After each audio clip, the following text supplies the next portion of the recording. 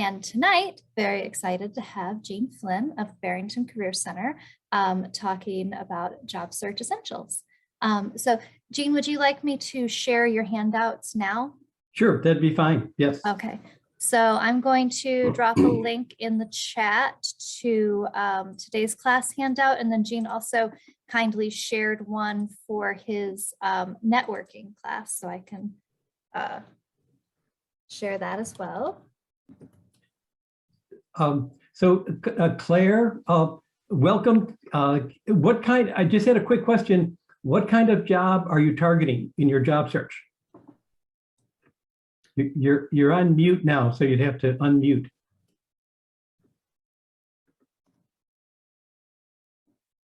Or Claire, you can also always drop it in the chat too. Yeah, that would work as well. If you don't want to unmute. Okay, so let's begin. Welcome. I'm delighted to be here. And again, my name is Jean Flynn, and tonight we're talking about the high level, the job search essentials. What's happening right now in job search? And here I'm going to hit the button. Oh, Jane, Claire did respond. She's looking for nonprofit support positions. Okay, okay, great. Okay, excellent. First of all, this is the agenda. Just to introduce myself, my background is I worked for technology firms like computer companies and communication companies in my career. And then when I retired from that, I taught half-time at Harper College, the community college up here in Palatine, Illinois.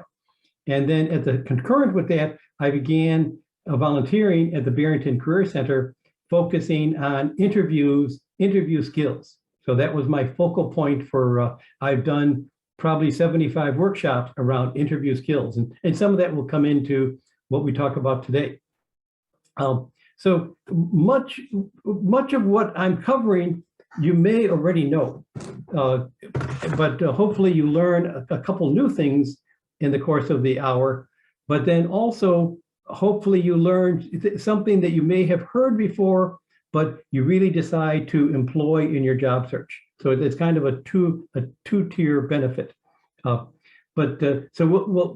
what we'll be doing. We'll be looking at the changes in job search, and there's been lots of changes in the last 4 or 5 years, and even changes in the last 6 months.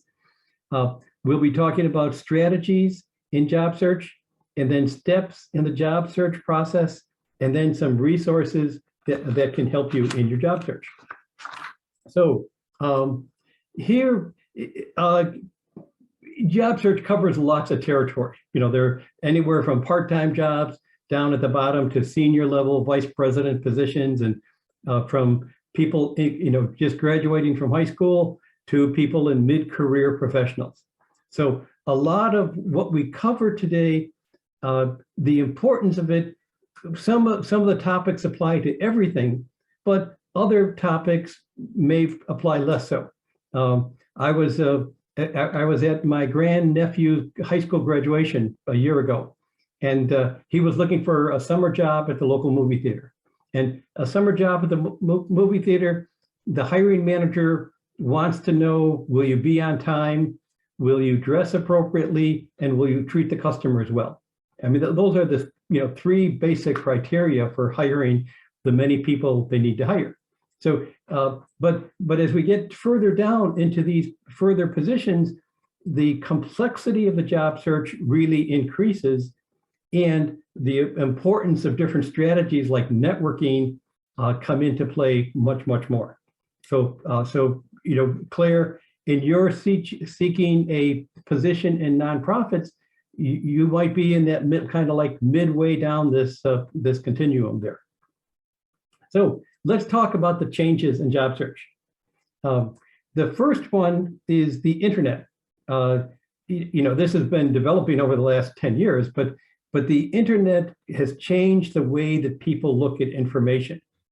And where previously people might look at a resume for a minute or two to evaluate it, And now people look at the resume in 30 seconds and to say, does it really capture my interest in 30 seconds or not? And we see this all the way around. The people skim information now.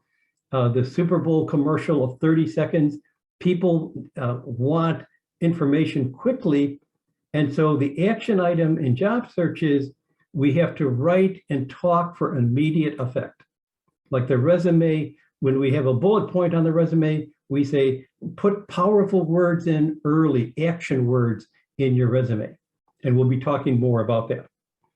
The second major change is applicant tracking systems. You know, these have been around for 10 or 15 years, but until 5 years ago, they were primarily major corporations were using applicant tracking system. State Farm Insurance down your way, you know, they've been probably using this, you know, from the early days. But now even middle-sized and even small companies are using applicant tracking systems. And the logic of the tracking system is rather than a person looking at your resume, it's a computer system that's doing an evaluation of your application, of your resume to see how it compares with the requirements for the job. And so it's really important, therefore, to have, you know, words in your resume that coincide with the requirements of the job, because the applicant tracking system is doing a rating of your resume and matching for the requirements. And we tell job seekers, you want to have an 80% match, at least an 80% match. Otherwise, the applicant tracking system will largely kick this out. We also have to be very strong on the resume that meets the technical requirements of the applicant tracking system. For example, if you use the Microsoft Word table, the applicant tracking systems can't read that. So all that information doesn't get evaluated. And sometimes people feel, job seekers feel, the applicant tracking systems are there to torture job seekers. And that's really not the case. When we look at companies, Baxter Healthcare up here in Chicago, they get 400,000 resumes a year. State Farm probably gets 200,000 or 300,000 resumes a year. And so it would be impossible for them, for their HR departments to go through all those resumes. So the applicant tracking system takes care of that first pass.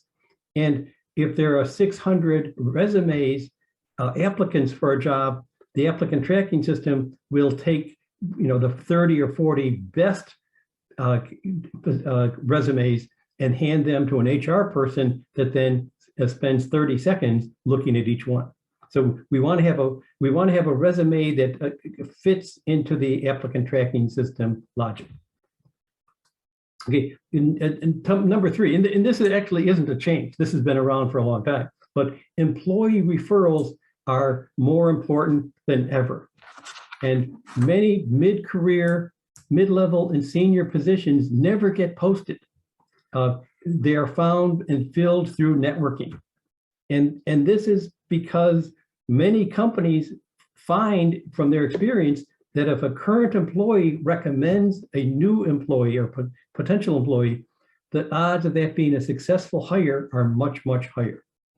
And so if you can find a way to talk to or find out who you might know in the target company, ask them about the company, ask them if they could take your resume and submit it for a specific job, much, much higher opportunity for success. So the action here is networking and gathering names and talking to people, and some of this could even be done through LinkedIn. Connect with people at the company that can give you advice and potentially put you into the pipeline of the people they're looking for. Number four, the online video interviews. And so this is common even before COVID-19, but it's very common, especially for the first round interviews. So the action here is learning what makes for a good video interview. I have two laptops. This laptop has a pretty good camera. The other laptop I have has a very poor camera. So if I'm using that laptop on a job interview, I'm going to come across fuzzy with bad sound. So if you're in that situation, which you can test with a friend, how does your image and sound look? For $30 or $40, you can buy an add-on camera microphone to get a better quality image for your interviews. So number 5, social media. LinkedIn is a great resource to build your networks. If you are targeting working for a specific organization, you might be able to connect with people that work there on LinkedIn. And maybe you send out 15 connections, and maybe you only get 1 or 2 people that reply and say, yes, they will network with you. But those links, you might gain valuable information about what's happening at that organization.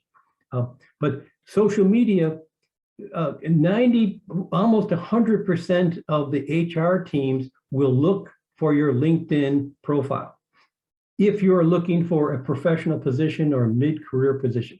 Now, this doesn't apply to the high school graduate looking for a summer job, but for professional positions, people look at your LinkedIn profile. Check out your Facebook. Check out your even your email address. If you have an AOL as your email address, that is speaking to saying you're probably someone in your 60s. Nobody under 40 would consider using an AOL. So you're dating yourself if you use an AOL signal. Make sure that you have a good email address. When I taught at Harper College, some of the students had the goofiest email names on theirs. Party guy every day. At Gmail. That's not a very professional email handle to use for job seeking. Okay, the 6th one, I added this today because it's very prevalent. Right now, we are going through the great resignation and turnover period. Employee resignations and turnovers are at an all-time high. There was a recent study that found that 60% of current employees were thinking about or actively planning to leave. Think about that. And it's happening from many, many different directions. Now, many people that were in their early 60s, by working at home this last year, they said, I don't really need to go. I was going to work for 3 or 4 more years, but I'm enjoying life so much working from home, I'm just going to retire early. We see this all over. Even employees that accept a job aren't even showing up. They get a better job, or they leave after a month. And so the action items here, first of all, this is a great time to be looking for work, first of all. But then secondly, show flexibility. We encourage you to don't take the position of saying, I only want to work from home. Some companies are actively saying you can work from home, but we're thinking about coming back to the office in 6 months or a year. So show flexibility in your job search. And then if you get a non-select, keep the door open. Keep in contact. If you thought you interviewed well, and particularly if the hiring manager says, boy, you're very talented, we're sorry we're not able to hire you. Somebody else, some other candidate is getting the job.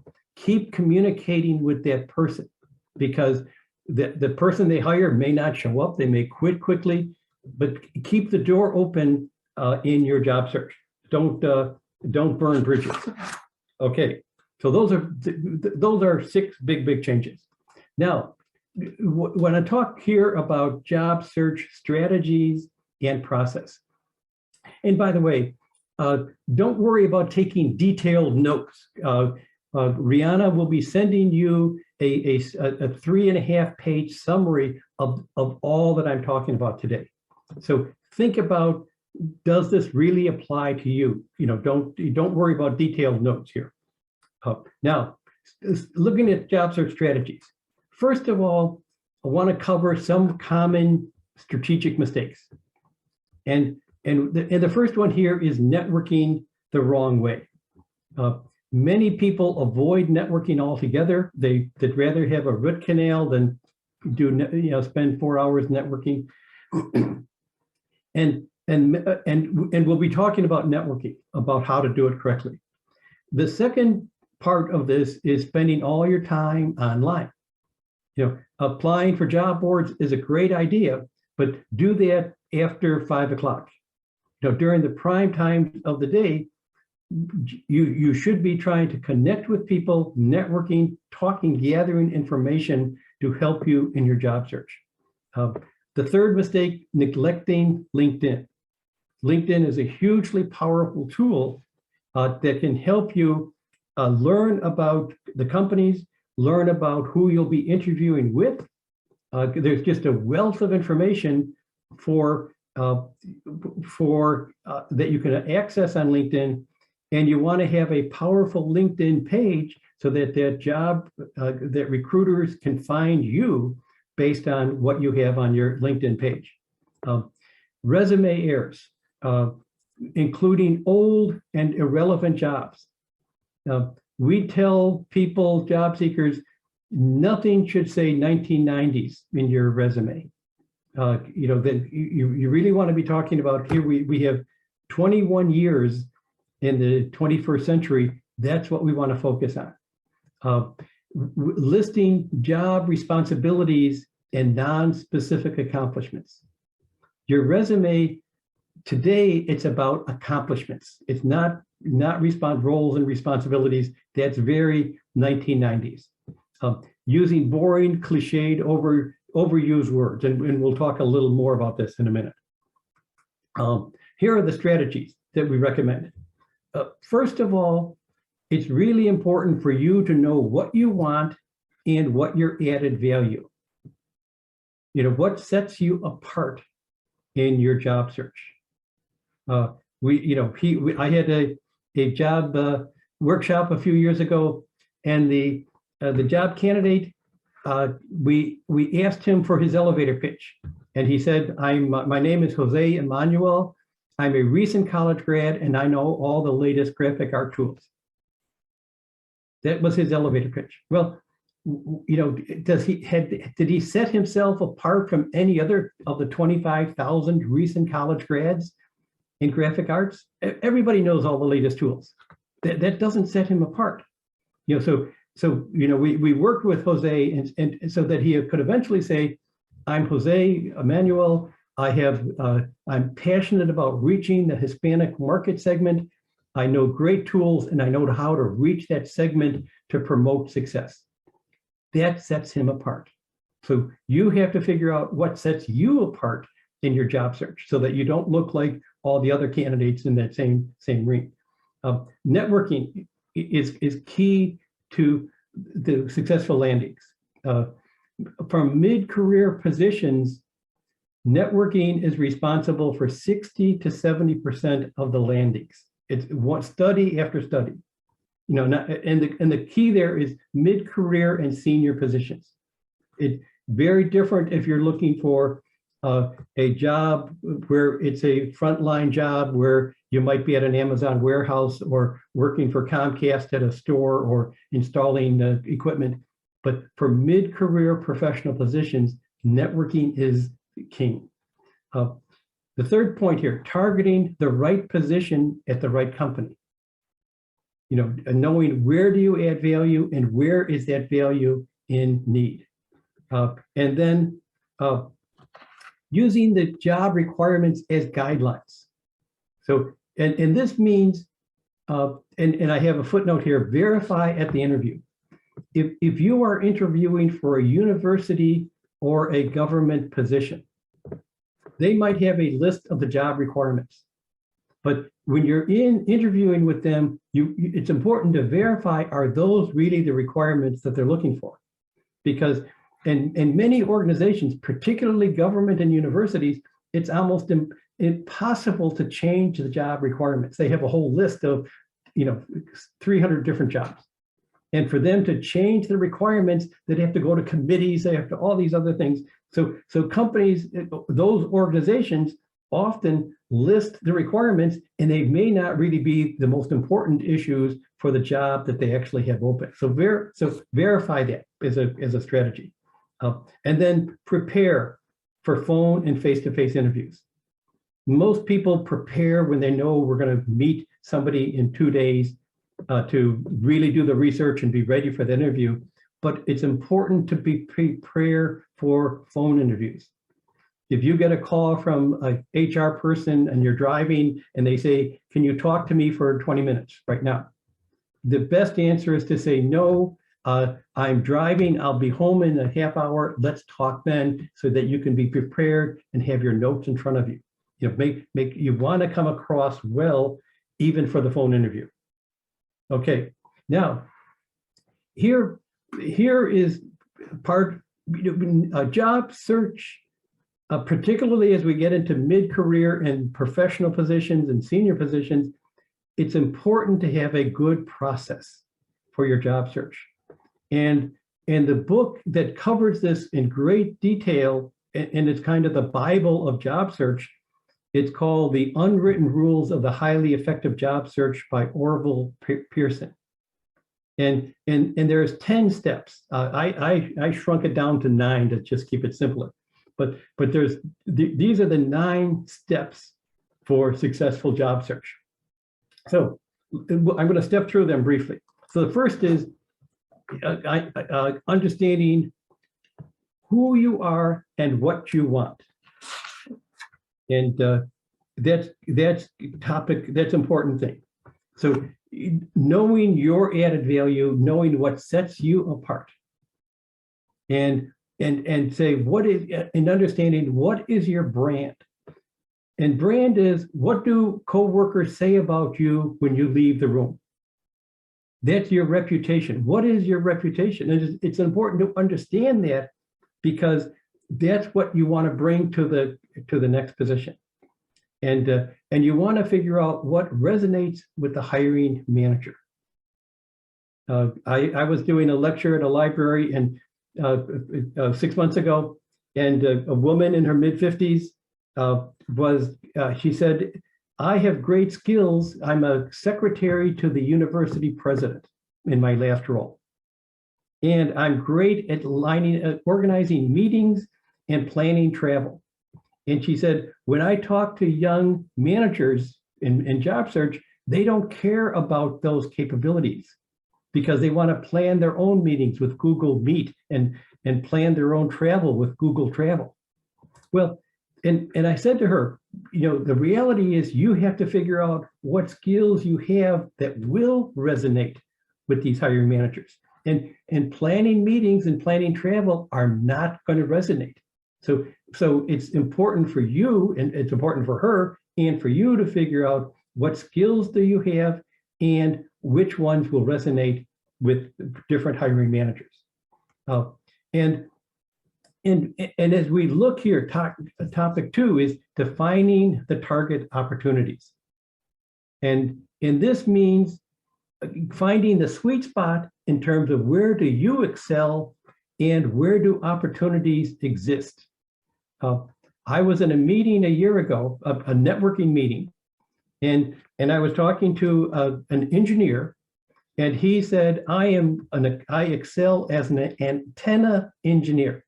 And he had worked for Motorola up here in suburban Chicago. And that's wonderful. However, there are no more antenna engineer jobs in the Illinois area.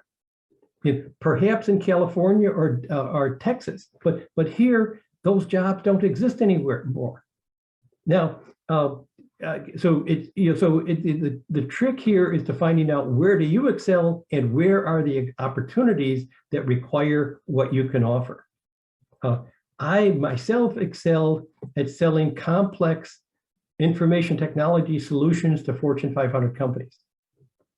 I excelled when I did that. Now, occasionally I took a job where I was selling kind of standard products to middle-sized companies, and I was okay at that. But I really excel at selling complex solutions to large corporations. So understanding where do you perform best, and where are those opportunities? Who needs those kind of skills? Topic 3 is preparing the formal project plan documents. Having an elevator pitch, a short statement of your target position and your added value. And here's one. I kind of modeled that after myself. The elevator pitch. I'm Amy Smith, and I'm seeking a sales executive position in an information technology firm. I hunt for and win major deals by bridging the gap between executive objectives and technical team capabilities. I'd welcome any advice for my job search. So this is a statement that Amy could share everywhere, whether it's in the elevator or whether it's at a soccer, a youth soccer event or at a neighborhood barbecue. Everyone that Amy meets should know that she's in job search, what kind of position she's looking for, and what her added value is. That's what we want to have in an elevator pitch. Then we have other documents like your professional objective plan. Who are your target? What is your strategy? Where do you add value? And the third one here is a handbill for networking with your photo, professional objectives.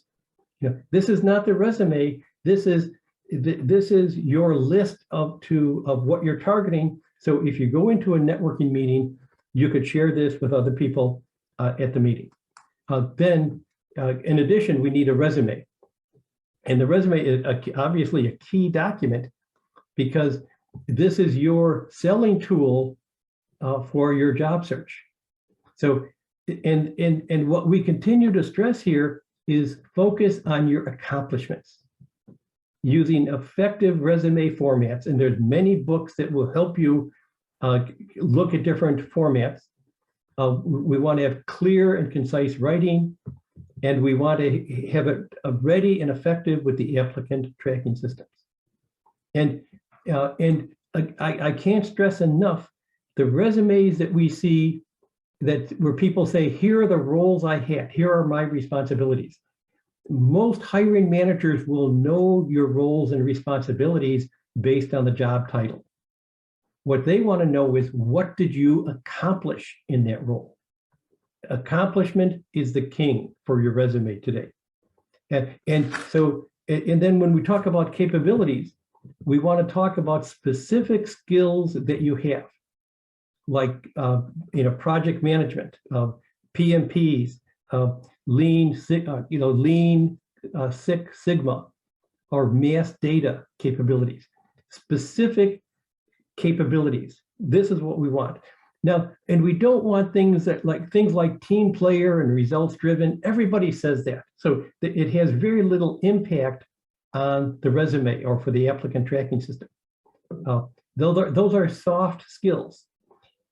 And soft skills are important, but we want to save those for the interview, not piling all them into your resume. Cliche, I'm results driven, I'm a team player. Everybody uses those terms. They really don't help you get through the applicant tracking system. Number 4 is preparing preparing for the interaction. Planning your networking plan, creating a list of people, starting your interview prep, researching firms, lining up referrals. Who will be your referrals? Who will you list in terms of your previous jobs? When you're filling out a job applicant form, they want to know who were your managers in the past. And you can, to a certain extent, you can pick and choose. Most of us have had a huge revolving door of managers, but list the ones that will say good things about you that that you continue to connect with. Networking. I want to say a few words about networking. Here's a little diagram. This is this woman in the middle. She started off networking with 6 people. But as she talked to those people, she asked them for additional names of people that she could network with. And so she built her network from 6 to 40 individuals that were aware of her, and that if they heard of openings, they could be saying, you need to talk, you need to consider this job candidate. That's the power of networking. And there are lots of misconceptions around networking. And that's covered in a second document that Rihanna will be sharing. But here are some of the networking misconceptions. Networking is about asking for a job. And that's really not true. Occasionally, you can network with somebody that has a specific job for you. But most of the time, you're talking to people that do not have a job to offer you, but hopefully they have information that they can share with you. Information about what companies, what are companies looking for? What are the requirements for the type of role that you're targeting? And based on your past experience, you know of how your previous employer, what roles and responsibilities were, but the other companies in the same field might have very different expectations. You want to learn what those are so that you can prepare yourself to be able to talk about the skills that you have in those new areas. The second misconception, that networking is about selling yourself. And my recommendation, the networking, the elevator pitch, the resume, and the face-to-face interviews, those are about selling yourself. Networking is about listening and learning, is the power of networking, which actually makes it much simpler. Many people are deathly afraid of networking because they don't want to be out there, selling themselves to strangers. But networking is not asking for a job, it's learning and asking people to share what they know to help you in your job search. Another misconception, the longer you can network with someone, the better. And our recommendation is you want to ask for a 20-minute meeting and hold a 20-minute meeting. And spend most of that time getting the people to talk about things they can share with you to help you in job search. We recommend you talk about your skills and your past for 60 or 90 seconds, but then get them to talk, have meaningful questions ask them so that they can help share with you information that can help you. Another assumption or misconception is networking can give fast results. Sometimes that's true if you're seeking an entry-level position or in other situations where you're missing a key piece of information. But it's typically not true for mid-level and senior positions. Those positions, you're typically networking. If we tend to think if you're looking for a position that's paying $90,000, your job search might be 8 to 9 months. It's almost like 1 month per $100,000 of the job search. That some senior positions can take a long time, but networking is key. The executing the plan is number 7, and this is developing and maintaining the network, keeping track of your progress, keeping in touch with people that you networked with, tell them about your progress, thank them for additional names they gave you, and keep in touch with them. After you talk to those people, keep people in the loop so that they will continue to give you more names and be ready as they hear of an opening to recommend you. Interviewing, this is kind of my specialty. This is what I work on the most. But the strategy here is understanding the interview objectives and being confident and knowledgeable. But the interview is about the job, the hiring manager. It's not about you. So you want to verify the requirements, but you want to be able to share your added value with concrete examples. And you want to translate your experience and accomplishments that can apply to this new job. And that helps you build rapport. So let's take a look at this. And so from a strategies point of view, your goal is to position the capabilities that you have that you can bring to the job. And we recommend that how we do this is for many questions that you receive, you give a situation that you were in, an action that you took, and the results, the positive results. And we call that the SAR, S-A-R format. And the reason this is powerful is twofold. First of all, if you're interviewing with somebody that is an experienced interviewer, they are been trained to look for past behavior, look for a situation, action, and result. But the second benefit, even if somebody is not a trained interviewer, past behavior is the best predictor of future behavior. And I use the corny example. You might be a wonderful aunt to your nephew or niece. And 3 times they've come to you in the past and said, Claire, could you lend me $300 for my textbooks until my government grant comes in? And because you're such a wonderful aunt, you lend them the money. But they've never paid you back. Now, they come to you a 4th time and say, can you lend me $400 for textbooks until my grant comes in? Well, you may well do it because you're a wonderful person and you know they need the help. But you know you'll never see that money again because past behavior is the best predictor of future behavior. So we want to take advantage of this in our job interview. And here's a couple examples. And the question is, the question to the job seeker was, tell me about your accomplishments. And here is, I have 2 examples. The first one here is the respondent said, I'm great at finding creative solutions. For example, in a major class project, my team had 2 Japanese students with weak English writing skills. Some team members wanted to take over their work, but I worked out a plan for the 2 students to write in Japanese, and I used Google Translate to convert their work to English.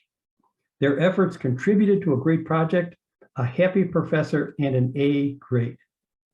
And this is a true story, by the way, when I was teaching at Harper College. So now, notice there's a number of things I like about this. First of all, it was very creative. You know that this person showed great leadership skills and creativity.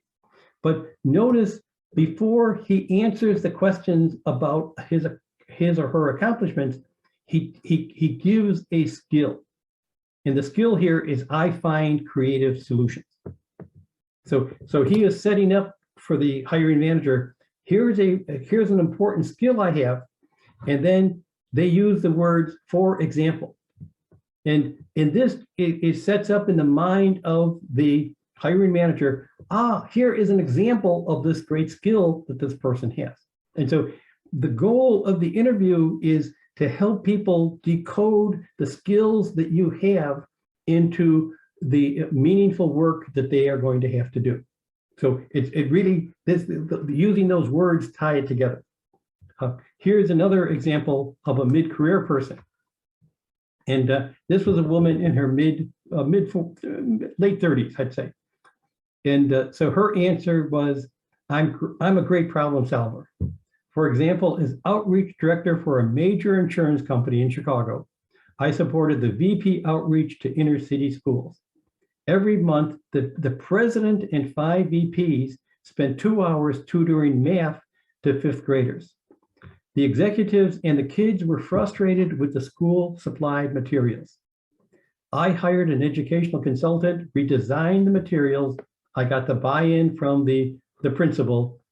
The results were happy VPs, the kids learned and appreciated the effort, and we got great press. And I love this answer because it shows creativity, it shows solving a problem, and it shows that this job seeker understood the 3 most important aspects of her job, and that all 3 were critical. And that is happy executives doing good work, like the kids learning, and getting great press. And by extension, if she only did one or two of the three, she's not doing a great job. But she understands this. And this sets her apart as someone in her late 30s. She's been doing this for 15 years. This sets her apart from the tens of thousands of recent college grads that study this kind of stuff, in terms of communications. She not only knows it, she can demonstrate that she can work this effectively at the presidential and VP levels. I mean, this it would help justify why she is worth $130,000 for this kind of job. Because she's a pro at this kind of work. That's what we want to establish. If you're going after that kind of position, you want to set yourself apart, whether you're going for an entry-level position or a mid-career position. What sets you apart? How do you get that across in your presentation?